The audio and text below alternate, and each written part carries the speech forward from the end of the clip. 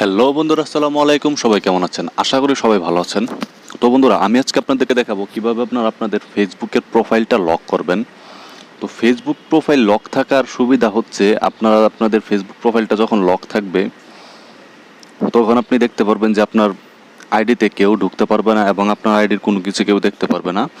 এমনকি আপনার আইডি এখান থেকে কেউ স্ক্রিনশট দিতে পারবে না। যেরকম এই যে দেখতে পাচ্ছেন যে আমি এখন যে আইডিতে আছি সেই আইডিটা এখানে প্রোফাইলটা লক করা আছে।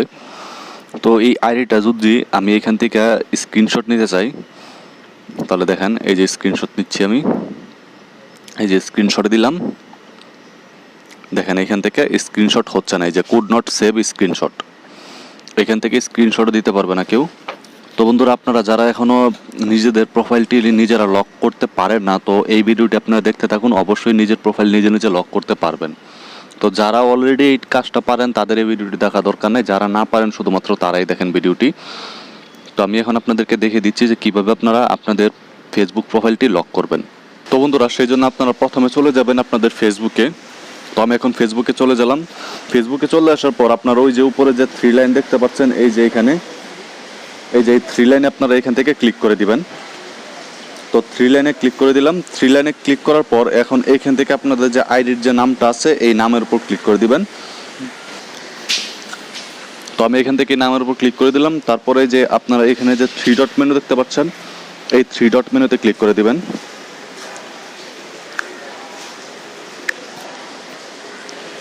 এই 3 ডট মেনুতে ক্লিক করার পর এই যে এখানে দেখতে পাচ্ছেন যে লক প্রোফাইল, এই লক প্রোফাইলে ক্লিক করে দিবেন। তো এখান থেকে আমি লক প্রোফাইলে ক্লিক করে দিলাম।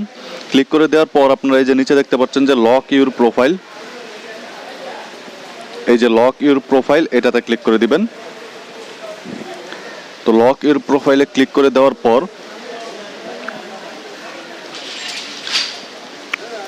তো এখন ওকেতে ক্লিক করে দিলাম।